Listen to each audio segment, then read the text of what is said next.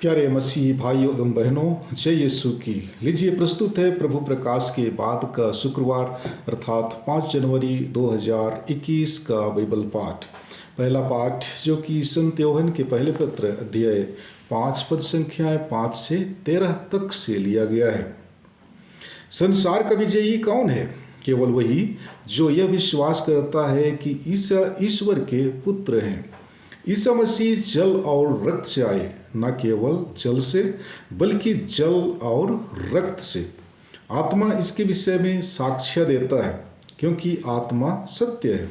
इस प्रकार ये तीन साक्ष्य देते हैं, आत्मा, जल और रक्त, और तीनों एक ही बात कहते हैं। हम मनुष्यों का साक्ष्य स्वीकार करते हैं, किंतु ईश्वर का साक्ष्य निश्चय ही कहीं अधिक प्रामाणिक है।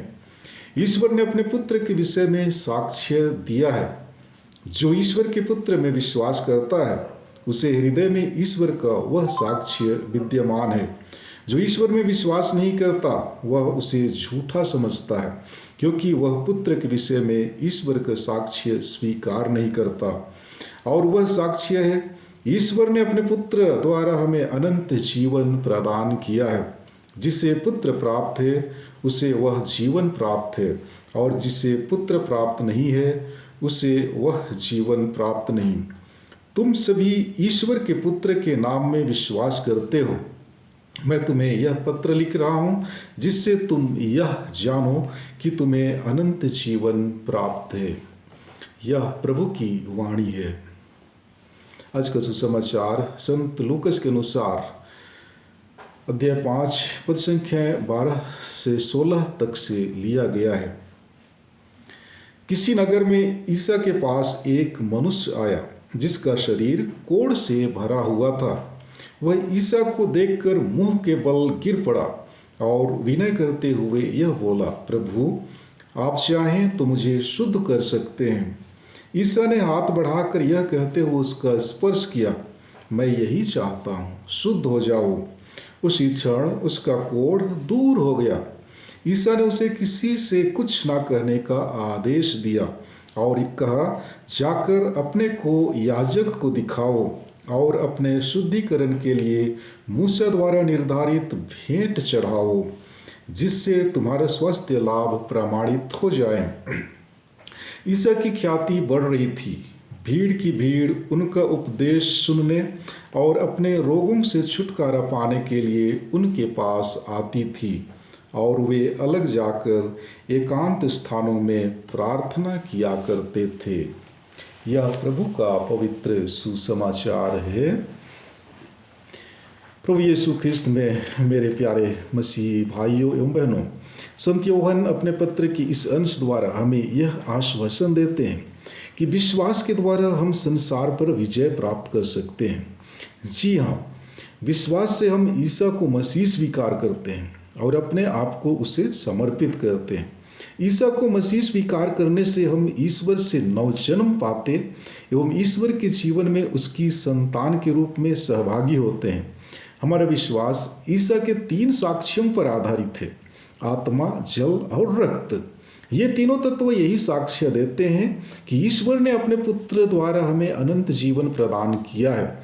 ईसा ने मरकर अपना आत्मा हमें दिया है।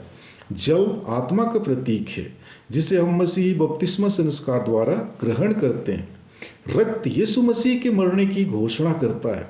इस प्रकार ये तीनों साक्ष्य, आत्मा, जल और रक्त, ईसा के द्वारा लाई गई मुक्ति का साक्ष्य देता है। ये तीनों साक्ष्य ईश्वर के द्वारा दिए गए हैं।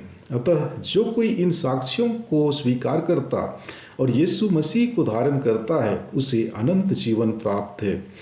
और आज के सुसमाचार पाठ में हमने सुना कि प्रभु यीशु एक कोढ़ी को स्वास्थ्य दान देते हैं।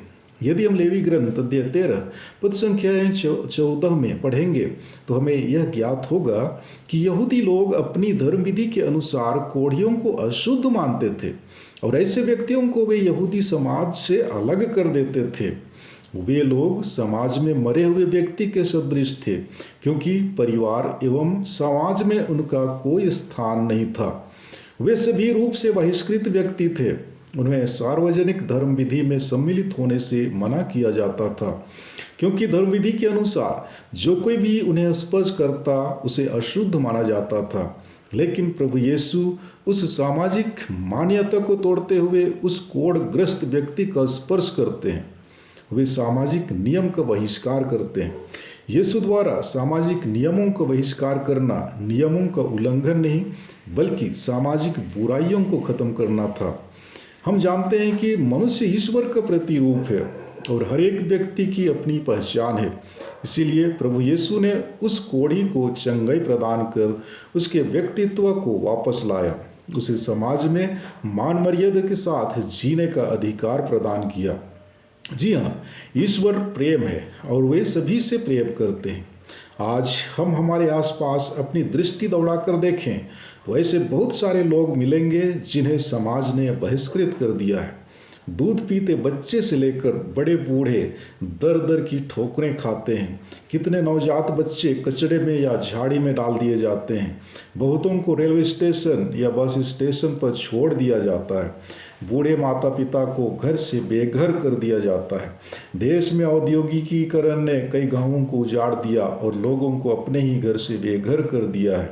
आइए हम ऐसे लोगों की सहयोग के लिए अपना हाथ बढ़ाएं। आर्थिक तौर से तो हम उनकी सहयोग नहीं कर सकते हैं, लेकिन उनके नाम से हम ईश्वर से दुआ तो जरूर कर सकते हैं। आमीन।